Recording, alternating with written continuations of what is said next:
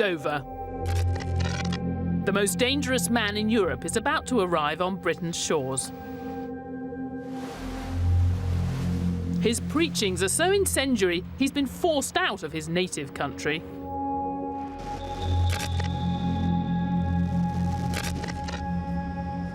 Only liberal Britain will tolerate his presence on her soil.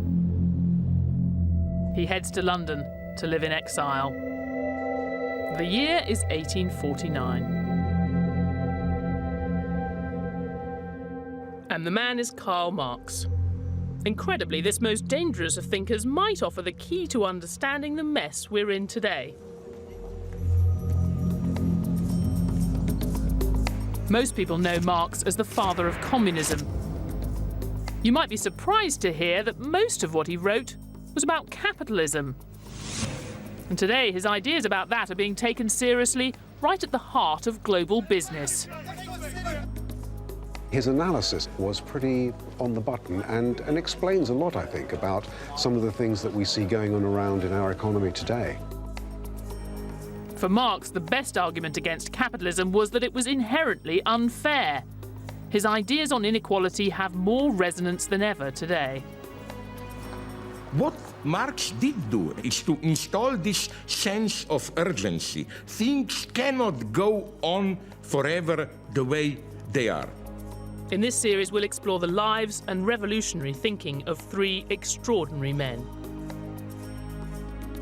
John Maynard Keynes, Friedrich Hayek, and Karl Marx. Their worlds were changing as never before. They saw that the fate of nations would hang on the power of money, and they had radically different ideas about how to control it. Today, the stakes could hardly be higher. Of all the great thinkers who analysed capitalism, Marx had the most radical advice of all: get rid of it.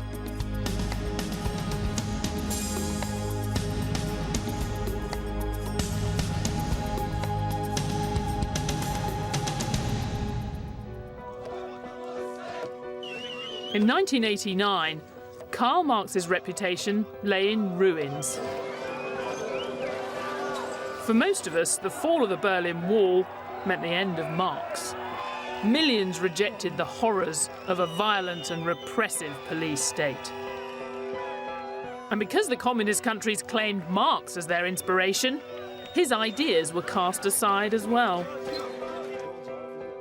Marx became associated with communism, indelibly associated with communism, and indelibly associated with communist regimes, because these regimes did their work in the name of Marx, so the association was very, very powerful. In fact, it was they who were claiming Marx, rather than Marx, as it were, claiming them. But in the last few years, something strange has happened. It's like the global financial crisis has brought Karl Marx back from the dead. Now, we still don't care what he said about communism, but people are going back to see what he said about capitalism, all its deep-seated flaws, with a nagging doubt. Is it all now coming true?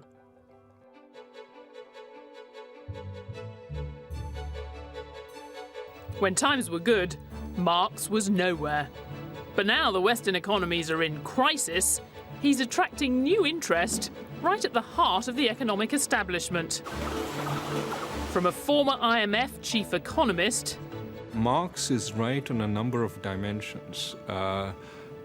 He certainly is right that income inequality can be a source of tremendous tension. to the man who saw the 2008 crisis coming. He understood that there are situations in which capitalism and globalization can lead to economic crisis. And an economist at one of the world's leading banks. It's quite hard to convince people who live in Chelsea or Chelmsford that this is of great relevance to them, but actually it's worth a bash.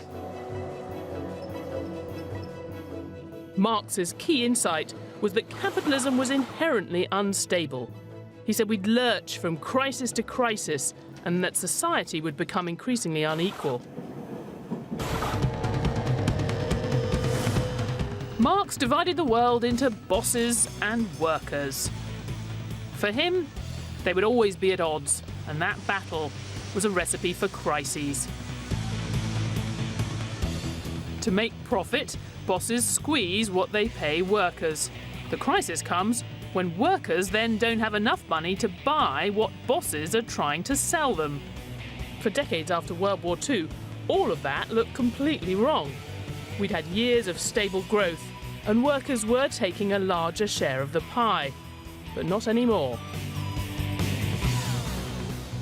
Marx would explain this crisis in terms of the fact that ordinary people haven't got enough money to spend.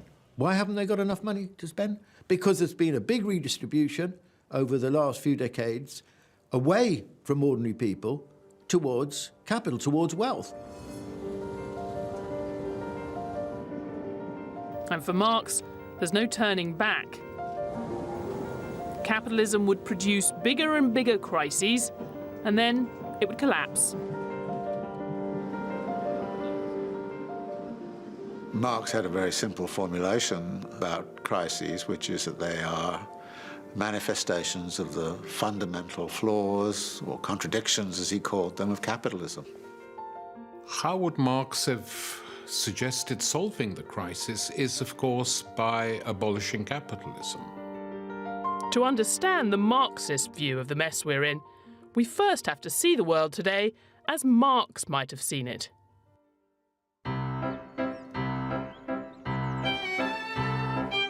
Capitalism's most implacable critic was born in the picture postcard town of Trier, in what is now southwest Germany.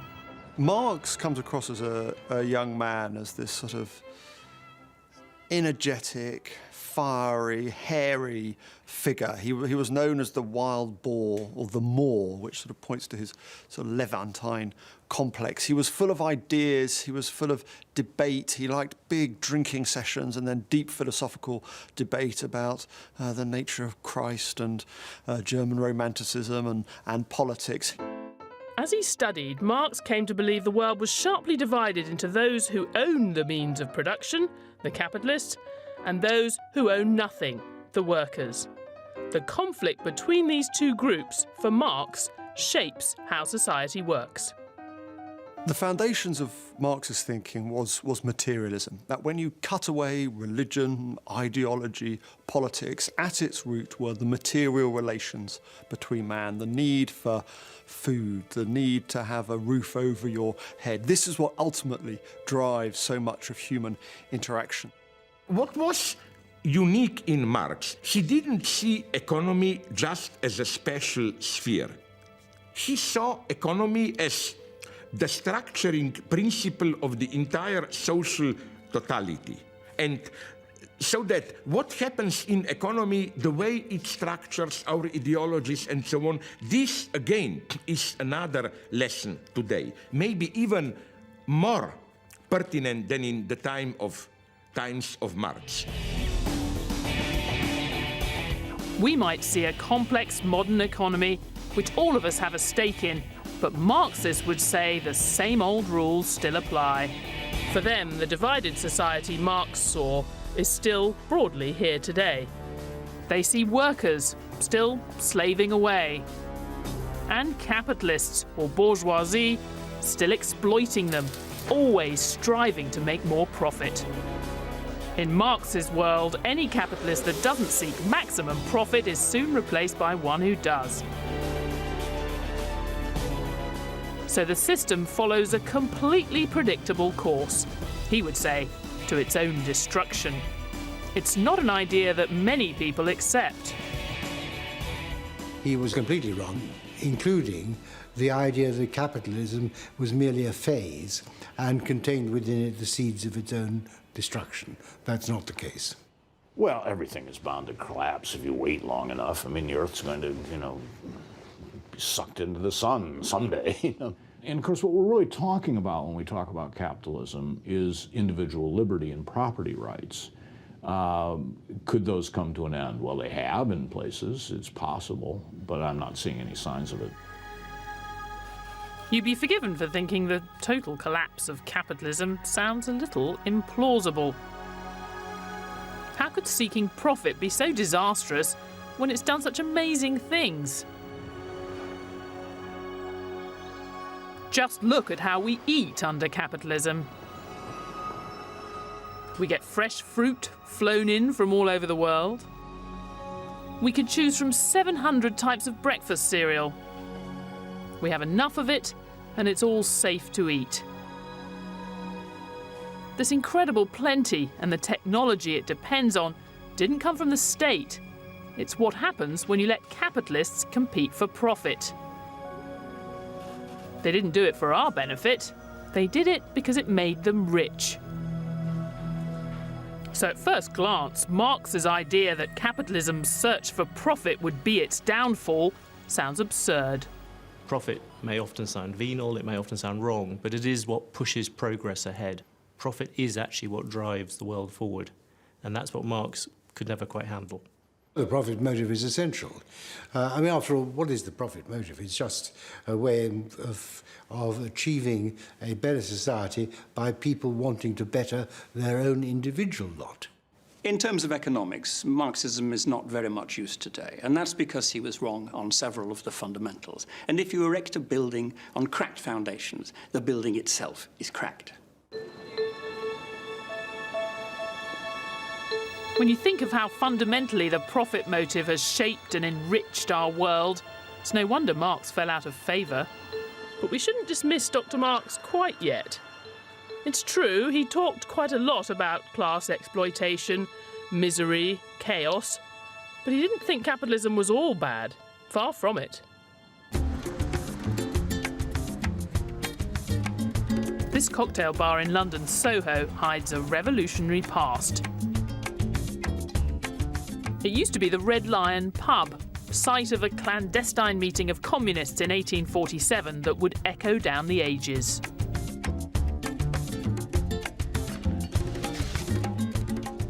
It was at that meeting that they commissioned Karl Marx and his sidekick Friedrich Engels to write one of the most incendiary pamphlets of all time, the Communist Manifesto.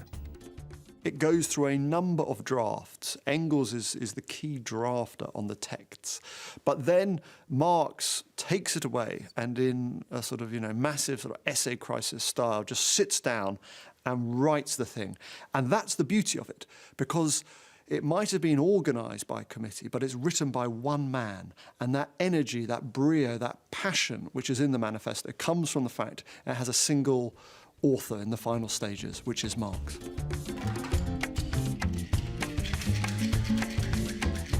You may know it for its revolutionary calls for a new age. What might surprise you is that it also contains very perceptive and admiring writing about capitalism. I think what's surprising about a lot of Marx's writing is that you find in amongst the communism a lot of good analysis of capitalism, and actually you also find within it quite a lot of praise for capitalism. Marx's attitude towards capitalism is basically ambiguous. At the same time, he was honest here, Marx, ultra fascinated. He was fully aware that this is the most productive, dynamic system in the history of humanity and so on. He praises it for its huge force, for, as far as he can see it, for progress, for tossing aside the traditions and the customs of the old world and making way for a new one. And I think it's quite interesting that the more intelligent modern Marxists feel much the same way. The truth is, Marx did understand that the drive for profit would achieve incredible things. It's been the first to show what man's activity can bring about. It has accomplished wonders far surpassing Egyptian pyramids, Roman aqueducts, and Gothic cathedrals.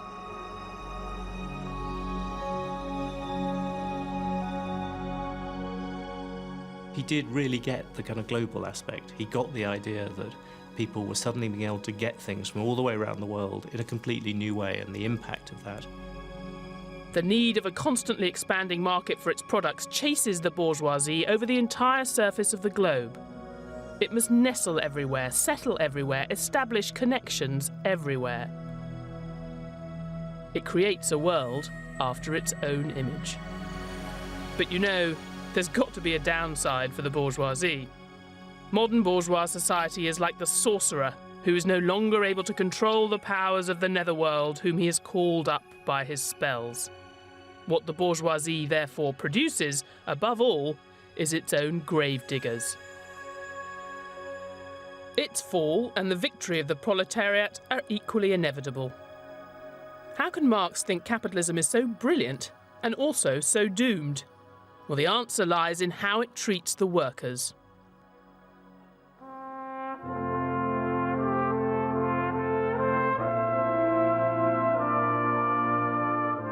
To understand Marx's analysis of crises, we have to first understand the capitalism that he knew. 19th century capitalists might have built wonders surpassing Egyptian pyramids, but they also forced their workers to endure terrible conditions and pay. It is difficult to overstate the horror of industrialisation in Europe. In 1829, Liverpool, for example, a life expectancy at birth was about 28 years. And that was the lowest age since the Black Death. So the impact of the Industrial Revolution on life chances, on life expectancy in the great cities of Europe, in Hamburg, in Berlin, in Manchester, in Liverpool, in Birmingham, in London, was absolutely terrifying. This was a revolutionary epoch of change, which for the working classes, which for the proletariat, in the 1820s and 1830s had devastating consequences for their standards of living. Marx is certainly revered amongst historians as the preeminent analyst of mid-19th century capitalism. No one before Marx, or possibly since, has really been able to get into that system of mid-19th century Western European capitalism based on a kind of urban manufacturing set of relationships. Whether that's relevant today is a very interesting question. The horrors of Victorian working conditions clearly shaped Marx's economics. In his time, minimum pay for proles meant maximum profits for bosses, and any bosses who did choose to pay more usually went bust. Subsistence wages will always be paid in the Marxian system. So now subsistence wages, of course, is a little bit of a flexible object, right? What we think of as a subsistence wage now might not be the same as Marx thought it was in the mid-19th century, but still there's no obvious way that wages will arrive above a subsistence level. He thought there'd always be downward pressure on wages and that wages would come down to the minimum that enabled bare survival. They couldn't go lower than that, otherwise the workers would die. But he thought they'd be depressed down to that minimum. The reality, of course, has been the opposite. It has been a continual advancement in wages, year in, year out, decade in, decade out. Marx was wrong.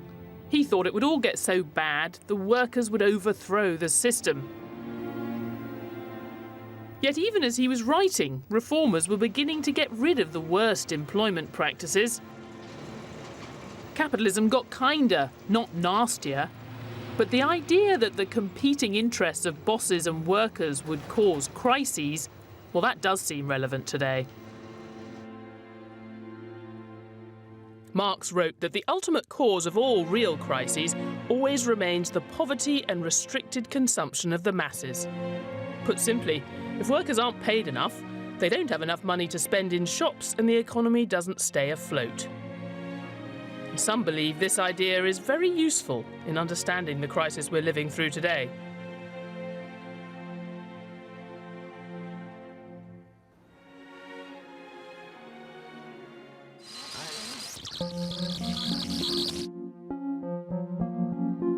Let's take a look at the last 40 years of history through the prism of Marx's theories, to show how they might explain the mess we're in.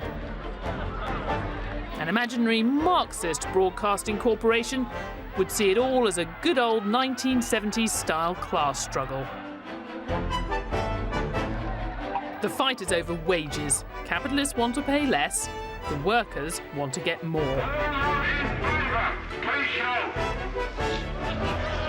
In the 70s, powerful trade unions battled to keep wages high. But then we come to the 80s. Fight back time for the capitalists. This year, look, can you see an owl? Marx would have seen Margaret Thatcher and Ronald Reagan as acting purely in the interests of the capitalist bosses. It was their governments that helped business by getting rid of the obstacles that made it hard to cut wages. The violence and intimidation we have seen should never have happened. It is the work of extremists. It is the enemy within. If they do not report for work within 48 hours, they have forfeited their jobs and will be terminated. So for the Marxist Broadcasting Corporation, the capitalists won in the 1980s, and they kept on winning. The guaranteed high wages and job security that workers had enjoyed until the 70s had gone. And downward pressure on wages started to lay the seeds of the crisis we see today. It's an appealingly simple story, but how much truth is there in it? Well, we know the Marxist view of history is right about one thing, at least in Britain and America. Earnings at the very top have soared in the last few years, and everyone else has been squeezed. In Britain, real earnings have been flat or falling for the best part of 10 years, since before the crisis. In America, that's been happening since the 1970s. In the United States, a full-time male worker, median, income has stagnated for a third of a century. No increase. Household income today is the same as it was 15 years ago. All the increase of the income has gone to the top. The share of income in the United States that was going to the top 1% of the households 20 years ago was around 12%. Today, that share is closer to 23%.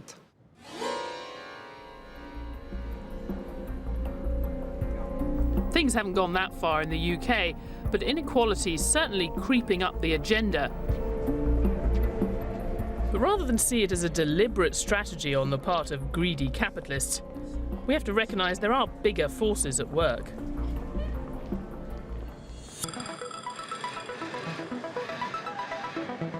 A lot of it's down to new technology.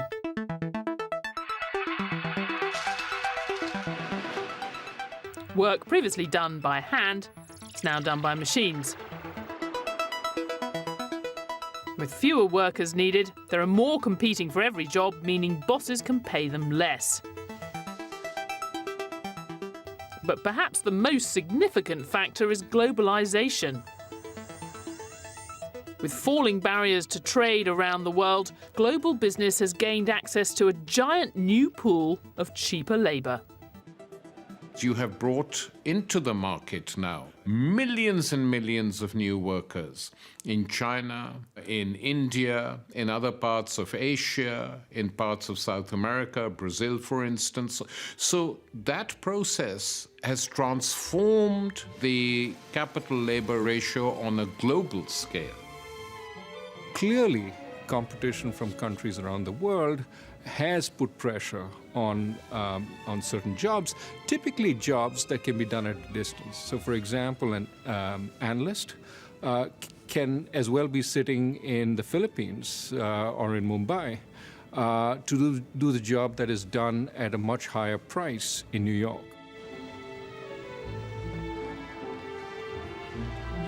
Many workers in the rich countries are now competing with an industrial reserve army running into the billions.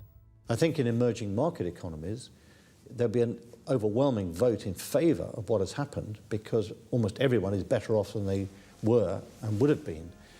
But that's less evident in the industrialised world, where many lower paid people have become even lower paid relative to those who've prospered. And that is a concern. It's an analysis that rings true even for the leader of the world's biggest economy. Long before the recession, jobs and manufacturing began leaving our shores. Technology made businesses more efficient, but also made some jobs obsolete. Folks at the top saw their incomes rise like never before. But most hardworking Americans struggled with costs that were growing, paychecks that weren't, and personal debt that kept piling up. So for Marx, low wages would be the root cause of the crisis we're living through today. Even leaving aside the morality question of whether it's fair to have a highly unequal distribution of income and wealth, even purely in terms of economic efficiency, having that redistribution of income from labor and capital, from wages to profit, has a negative economic effect because it tends to reduce aggregate demand because it reduces the income of those who tend to spend more. Of course, in the late 20th century, that problem could be solved. Temporarily, of course. Step forward, the credit card. You had more inequality, you had more concern amongst the public, and I think that put pressure to do something. Democracies work well with pressure, put pressure for the politicians to do something for the people being left behind. The right thing to do, in my view, would have been focused much more on education, on skill building. What happened was a more shorter-term solution, which was give them credit. With consumer credit, people can carry on spending even if they haven't got the money. The economy stays afloat, and the capitalists still make their profit. As we know, it went well beyond credit cards. What ultimately brought the crisis to a head was the billions borrowed on mortgages. People thought the value of their house would keep going up forever. Housing credit is beautiful because if your house price is increasing and you're borrowing against the increase in value of your house, you don't feel you're borrowing your way into debt. But of course you are. In America, it happened on a massive scale. There, as we know, the capitalists were getting richer and richer. They couldn't spend all of their extra money. Driven, as ever, by the desire to make more profit, they lent it out in riskier and riskier ways. The name given to this lending might well be familiar. Subprime. What we did is, as the incomes of most Americans were stagnating or even declining, we said, don't let it bother you. Keep spending as if your income was going up. And they did that very well. I mean, who would oppose it? The banks who are making money? The households who are getting their house? The politicians who have happy constituents? I mean, there is nobody who's going to be unhappy in this process until it collapses. Subprime is the end game, if you like, of the debt solution to the lack of a market. And it's the culmination of trying to evade crises which arise out of lack of effective demand in the market. And then what you do is you end up creating a credit crisis instead. So subprime is the end of that process. And we all know how it ended. In retrospect, it seems obvious. Lending to people who couldn't afford it wasn't a lasting solution to anything. It led to a housing bubble which burst, threatening some of the world's biggest banks. And thanks to our integrated world, what started in the United States spread and infected the entire system, causing a global recession.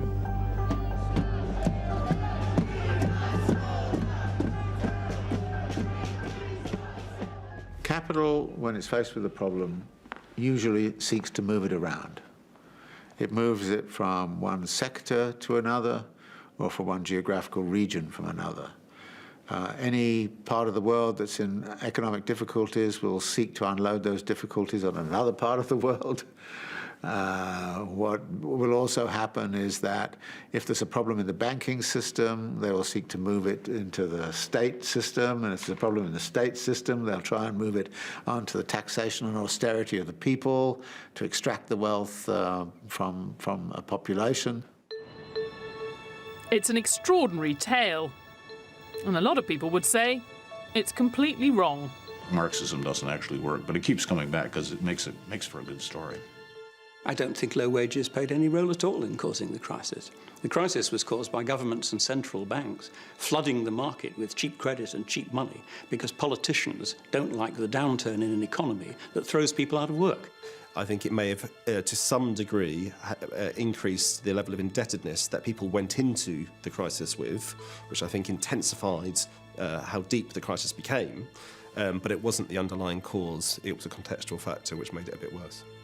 But the idea that low wages may have contributed to the crisis is gaining ground in some surprising places. It was on this trading floor. It was probably the weekend before Lehman's went bust, and it's normally a little bit noisy, but at the time it was, you could hear a pin drop. It was that deathly quiet, and I could almost feel, you know, that the global system was frozen. And it was quite a scary thought. It took me back to a lot of the things that I used to read about and study when I was much younger, the days when I actually read Marx for fun.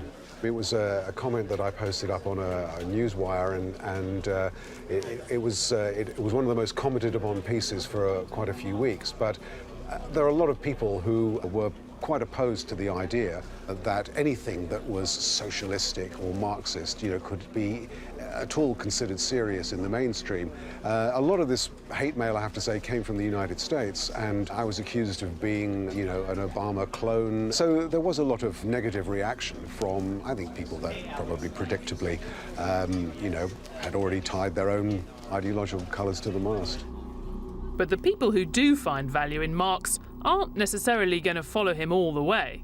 I don't think anybody seriously believes that, you know, this is all about the, you know, dawn of the dictatorship of the proletariat or anything like this. I think Marx helps in framing the problem, but I think the solutions have to be different given the different environment we are in.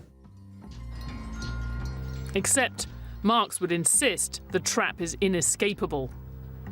Capitalists must seek profit above all else, or they'll go out of business. So why would they ever choose to give workers a bigger share of the pie? What Marx would say is that we have to look for ways out of this crisis which look beyond the restoration of capitalist class power. And I think this is a time when we actually need to start to thinking about the revolutionary solution again. But who exactly is revolting against whom? Marx divided the world neatly into workers and capitalists, but today his stark distinction is incredibly blurred. Bosses work for themselves and workers own shares. In our modern world, enough of us do have a stake in the system, whether mobile phones or pension plans, to stave off talk of armed revolt. I think capitalism survives because at its core, it works.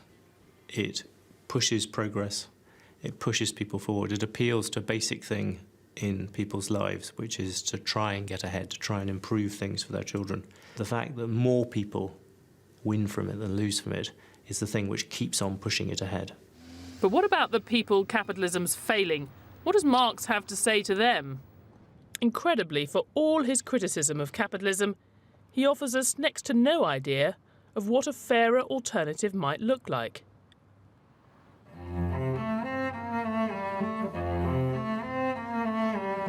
As Marx entered his final years, he seemed quite content with the way things were.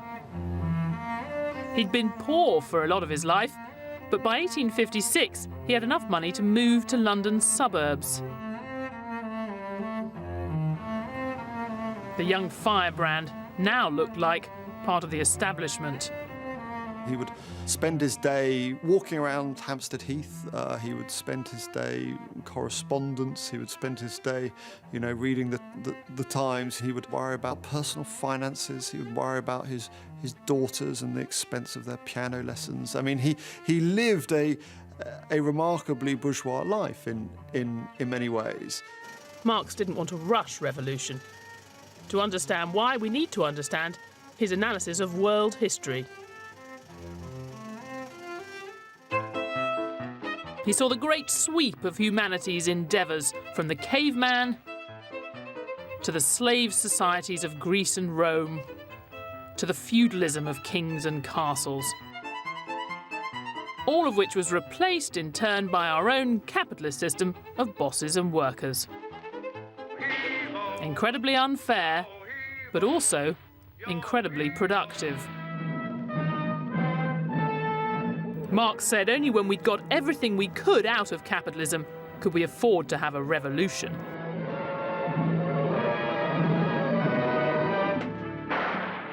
In his words, the knell of capitalist private property sounds. The expropriators are expropriated, all to be replaced by more or less nothing. Irritatingly, there's next to no alternative laid out.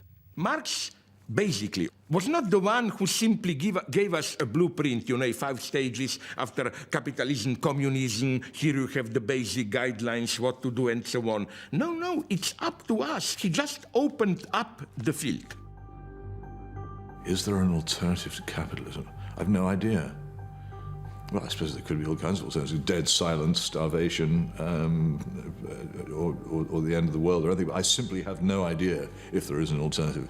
It doesn't occur to me. It doesn't seem to me to be important. It's like saying, is there an alternative to weather? I think he would have written a lot more had he lived 10 years more on what a socialist republic would look like. And who knows, but that might have saved the world a lot of bother.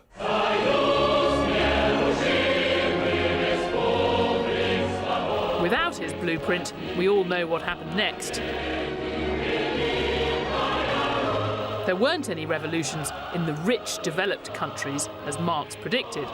Instead, it happened in one of the world's poorest nations. Soviet Russia may have left Marx far behind, but it was an attempt to try something else, and many have drawn lessons from its failure. The truth is, at the moment, there are different forms of capitalism. Some have slightly more social democracy, some are closer to laissez-faire, and there's a continuum between them.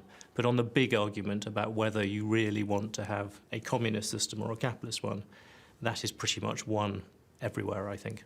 There are more humane versions of capitalism or more barbaric forms of capitalism.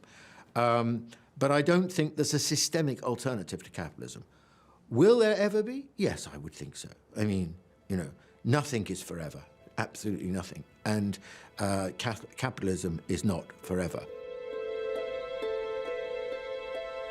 But anyone looking for a fairer alternative knows they can't ever repeat what happened east of the Berlin Wall. Dictatorship, political oppression, and millions of ruined lives.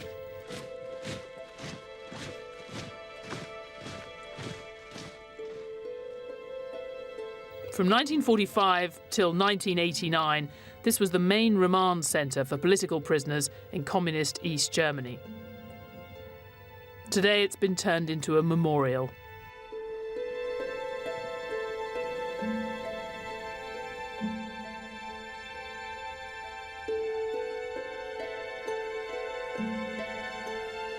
It's possible that places like this explain why even capitalism's toughest critics today seldom talk seriously about replacing it.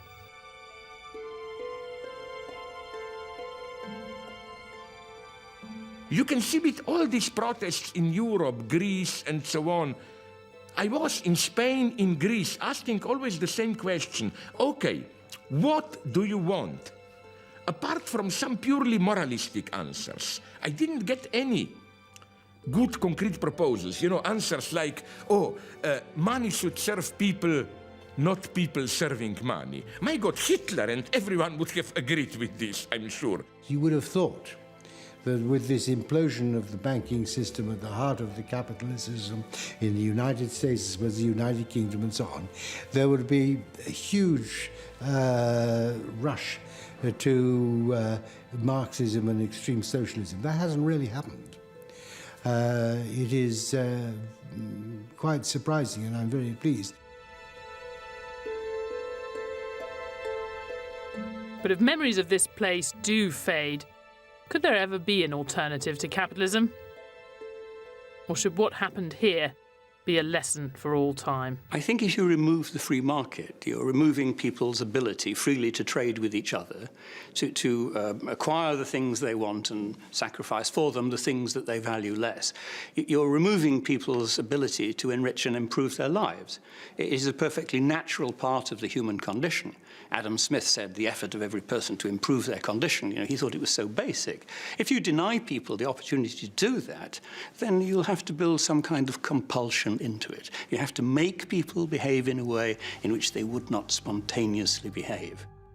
If someone wants to seek an alternative to capitalism, then they're saying, by seeking that alternative, that capitalism is a system rather than a fact of life. And they're saying that, for instance, that human nature can be altered. Fundamentally, they're revealing themselves as a utopian. And the problem with utopia is that it can only ever be approached across a sea of blood, and you never arrive. This is my big mantra when we leftists are accused of utopians. Maybe, but the only real utopia is to think that with some cosmetic changes, things can go on indefinitely the way they are now.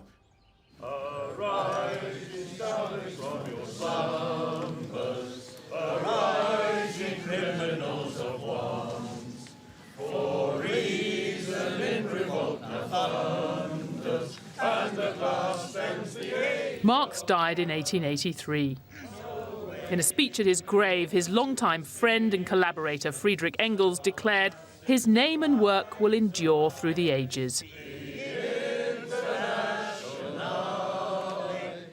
For most of the 20th century, his name did endure, though usually for all the wrong reasons. Still, there are plenty of people today who still believe we should strive for an alternative to capitalism. Marx did bring together concrete economic analysis with a certain emancipatory hope. The message is still a beautiful one. Maybe you ordinary people have a chance. I'm not a great eulogizer, actually, of anyone, to tell you the truth. But if one were to write a tribute to him, one would go back to Marx's favorite character in Greek mythology, Prometheus, who gave the earthlings fire. And that is what Marx gave citizens all over the globe, the fire necessary to transform their lives forever.